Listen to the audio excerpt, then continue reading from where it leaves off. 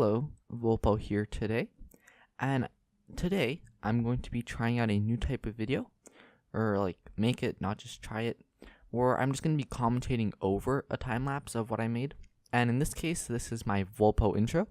This is the intro that you saw just before this. It's also my only public video as of now, other than this video.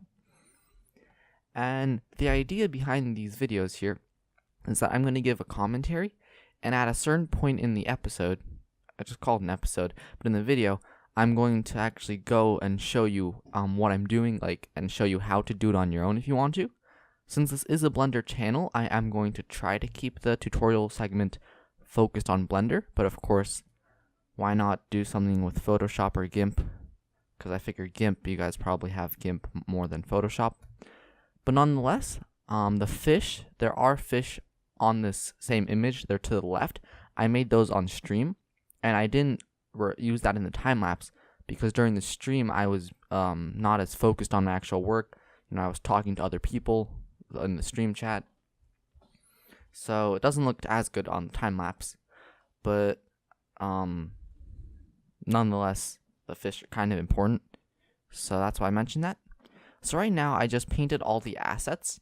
And now what I'm doing is I'm going ahead and making an alpha mask, and I'm going to use this in Blender in order to mix between an emission shader and a transparent shader. And you see I just set that up, so now the alpha is being used and they're transparent. And right now what I'm doing is I'm creating a variation or variations. So different objects might have a slightly different hue, slightly different saturation and value.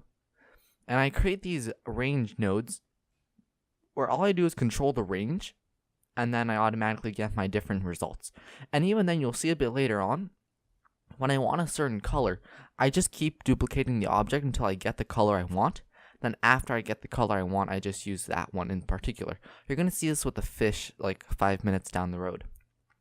So right now what I'm doing is I have the big rock, and I'm basically just duplicating all my corals onto the rock. And then after that, I'm going to add some corals to both sides. And I'm going to just start building up a little coral reef. And then I'm going to build up layers behind it and then behind that. So I'm going to end up with a total of 3 layers. So here I am just duplicating the object and adjusting the UV map, because I only have 2 materials, one for the corals and one for the fish. So although everything that you see on screen right now is just one material, but the UV maps are different because UV maps are dependent on the specific object. And here I am taking the stuff on the rock and moving it over to the side. And then I'm just making the reef in the background. So to create the actual water and the sand, what I'm doing is I'm just using the background in the world for the sand. Now this sand right now looks very ugly, so I actually do change that a bit later, and same thing with these sunbeams. You'll see if you look at the actual intro that the sunbeams, they change their orientation depending on their position. And I'm going to show you how to do that a little bit later on when we actually get to it in the time lapse. But these sunbeams, they're just sort of adding effects, seeing what looks good. So now in the compositor, I'm adding my depth of field, or not depth of field because that's dealing with blur, but atmospheric perspective, that's the correct word. And I'm just making the things in the background darker. Also right now I'm finding sounds that I like, because the intro itself doesn't use music, it's just a bunch of sound. I mean, if you think about it, music is just sound, but this is specifically sound effects instead of music, because there's no sync. So now I get to the fun part, and I start adding some fish to my coral reef, because fish are really cool, and you can see I think I already added a little bit of parallaxing. There's my friend. Yeah, so there's a little school of fish, and you can see on here from short glimpses that the colors of the 3 clownfish are different. That's because of the material, it just randomizes it based on the object. So here I am just adding the fish and then making them swim. I did try making the little fish follow a path, but it didn't work, so I just left it. So what I'm doing right now here is I'm making sand. This is going to be the texture for the sand. And the way that I do this is if you look on the left, on the right, geez, I should know my left from right. On the brush settings, I just turned on color dynamics. And now, whenever I use the brush, it automatically changes its color and its hue and saturation. Then I just looked up a tutorial on making seamless textures, because I wanted to make this texture seamless. Then I just exported it. I also added a timer to make sure that I was like keeping on track. But now you're going to see that I'm going to have 3 layers of sand, and they're all going to they're going to all be textured. There we go. That's the correct word. And I do have a little bit of difficulty here because I have so many stuff. And I was also here trying to produce the 3 different layers of parallaxing, the foreground, midground, and background. I was trying to produce them in the compositor and adjust them in the compositor using object IDs, but I ended up just putting them on different render layers. So here I'm also organizing all of my corals and my sand and making sure that they're all on different layers, so that way when I render and composite, I'll have a much easier time adjusting them. And you can see right there I also add a bit of blur. And so the main reason why I did put them onto different compositing layers is because I wanted to add that little bit of blur. And that's something that's just not possible when you have it all in one image. You need to have them in separate images for specifically what I wanted. And here, now this is when I'm making the sunbeams. So what I'm going to do now is I'm actually going to open up Blender and show you how to do this. Alright, so here I have my super fancy 3D text, and I'm just going to be doing this in 3D so you can see that you can still do it. The way that I did it, basically I just had a black bar coming here at the top. So what I'm going to do is create a new scene, add a camera, hit Alt-R to remove rotation. I'm just going to move it up along the Z and make this orthographic. Then I'm going to go to top view. I'm also going to hide the camera with H. Then I'm going to add a mesh. And I'm going to go into edit mode and scale it along the X a bunch. So like that. Then I'm just going to add a bunch of ring loops. And then with face select mode, I just did select random. And I deleted faces. If you don't like the result, you can of course play with it, manually tinker with it. But I'm just going to keep it like this because I need to move on with the tutorial. So now what you can do is you can shrink it along the y-axis, and this will control how vertical your beams have to be. So if it's really thick, all of your sunbeams are going to be going down very vertical. But if you shrink these down a lot along the y, they can expand outwards more. So I'm just going to leave them something like this. This is fine. Then I'm going to unhide the camera with Alt-H. I'm going to scale this down so it'll fit at the top. Something like this. That's fine.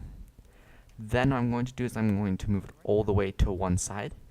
Then I'm going to hit I, insert a keyframe for location. Go to the end, move this to the other side. I just moved it to the end with shift and then the left arrow. Actually, sorry, my animation ends at 110. So I'm going to put this to the end of my animation. Move it all the way over and hit I for location. So now you see it kind of just moves over. And for this, linear interpolation is perfectly okay. Now I'm going to go back to my main scene. I'm going to hit F12, see my beautiful render. Then I'm going to go into the compositor, use nodes, and incorporate the backdrop so I can see what we are doing. Then in the render layers here, I'm going to duplicate this, set this to be the scene 002. Now I'm going to have to re-render so that it also renders this scene. Now there's a bit of an issue that I didn't address here, and that's that if we render this scene, everything is black, which is not good. So I'm going to take this, I'm going to add a material, I'm going to set it to be shadeless and a white. So now, when we render, you see we just have these white bars at the top, and that's exactly what we want. So I'm going to hit F12 again, and now they are both going to render. And I'm going to go back to the compositor. Now that we have an image with white bars at the top, I'm going to add a converter, set alpha right here. I'm going to plug this into the alpha. And now I have an image with black bars at the top. And then I'm going to add a filter, sunbeams. I'm going to input that as the image. I'm going to increase the length of the sunbeams so we can see what I'm doing. That is very faint, but that's fine. And then I'm going to set this to go up on the Y. I believe this is the Y. If I set it up to be 10, you see we get these very long sunbeams. And so you can play around with the size. But when you get what you want, what you're going to do is you're going to do color, mix, and then you can do like an add and factor, or rather you can do a subtract. But basically you just have this mask with your sunbeams, and actually I'm going to do a little bit of stuff to this. So what I'm going to do is I'm going to add a white node for mixing. So now these are all white. Then I'm going to add a multiply node to change the color a bit. So I'm going to make it like a little bit blue. So let me make it very blue to exaggerate it. And then instead of using the subtract node, I'm actually just going to use a color alpha over node. So now everything here is a bit of a mess, but I'm going to plug this down to the bottom image. No, I'm going to plug this into the top image and do convert. Sorry, bottom image. There we go. So bottom image and convert primo, and just like that, we have sunbeams. And if I were to render this out, I am going to do that and show you what it looks like. You will see that the sunbeams, they are moving from right to left. If you want them to move from left to right, you just adjust the keyframe. But that is how I get the sunbeams in the video. So now that you know how that's done, hopefully you learned something from this time lapse. I mean, that's like the main idea with this. You'll learn a little bit, and then you can make better intros or better things. It doesn't have to be an intro. Just use Blender in better ways. So you see here, I was talking about earlier how to get the different colors of the fish. I just duplicate them a bunch of times, and that's exactly what I just did with those stories. And I believe I do it here with the I keep wanting to call them mackerels, but I don't know if that's correct. But you see, there's just a bunch of mackerels, and I'm looking for one with a cool color, and then I like it, and then I animate it. And that's basically just the rest of this. Near the end, I also do a bit of compositing. The actual text animation I did not record. I just did that the day after I finished everything else.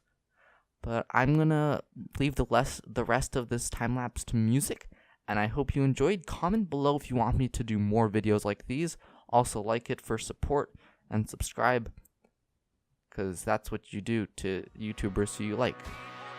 So I will see you in the next video. Enjoy. You know